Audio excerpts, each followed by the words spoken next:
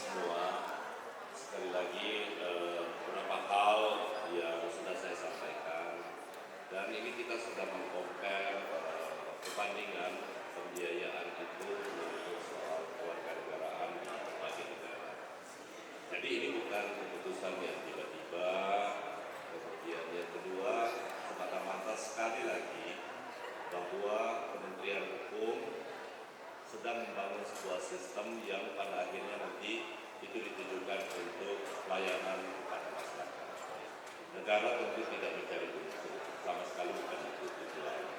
Bahwa kalau itu dirasakan ada peningkatan, kadang-kadang kita pasti ada di awal ya.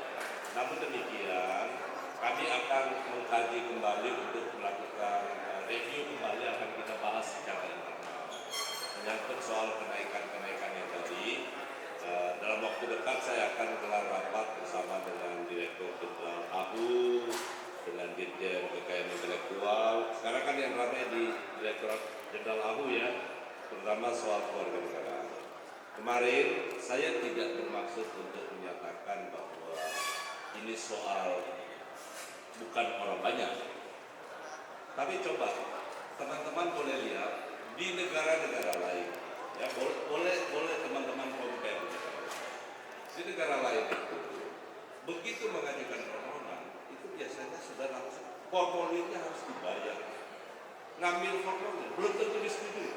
Di kita kan nggak ada itu, kalau disetujui bayar, ya kan?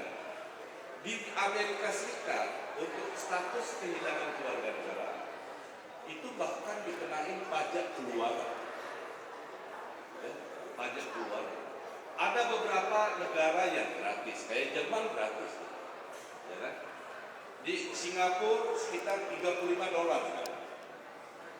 Tapi biaya-biaya yang dibutuhkan di bawahnya itu juga masih banyak, dan itu seperti yang disampaikan oleh teman-teman di media sosial kan, yang kira-kira jumlahnya melebihi dari apa yang bisa kita lakukan.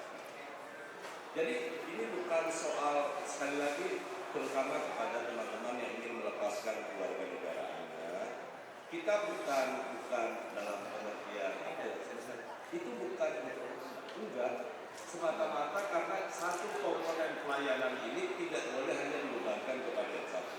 Kita cross subsidi, ada yang kita bebaskan, ada yang kita nolkan tarifnya, tentu ada yang harus, jadi harus berimbang.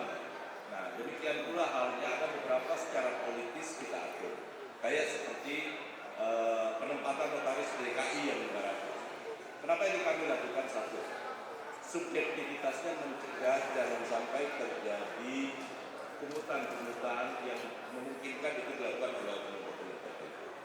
Tetapi sesungguhnya ini semata-mata dilakukan agar distribusi notaris itu bisa dilakukan secara baik dan merata.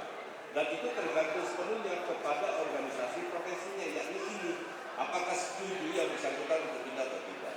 Ini bukan soal siapa yang, kalau ke Jakarta membuka sebuah itu otomatis ada konsekuensinya. Mau buka kantor, mau apa, tentu berbeda dengan teman-teman yang berada di daerah ya. Sewa kantornya dan lain-lain sebagainya. Nah, karena itu sekali lagi saya berharap Kementerian Hukum tentu akan introspeksi menyangkut soal kenaikan tarif. Ini bukan sekali lagi ini adalah usulan dari Kementerian Hukum kepada Bapak Presiden. Jadi kalau ada yang salah adalah saya sebagai menteri dalam posisi tidak mengecek, dan karena itu saya akan melakukan rapat kembali untuk melakukan evaluasi terkait dengan hal-hal yang disampaikan oleh publik, baik menyangkut soal kewarganegaraan maupun tarif-tarif. Tetapi saya pastikan semua yang kita lakukan, yang kita usulkan itu sudah melewati kajian yang sudah sangat. Baik, terima kasih Pak Menteri. Rekan-rekan.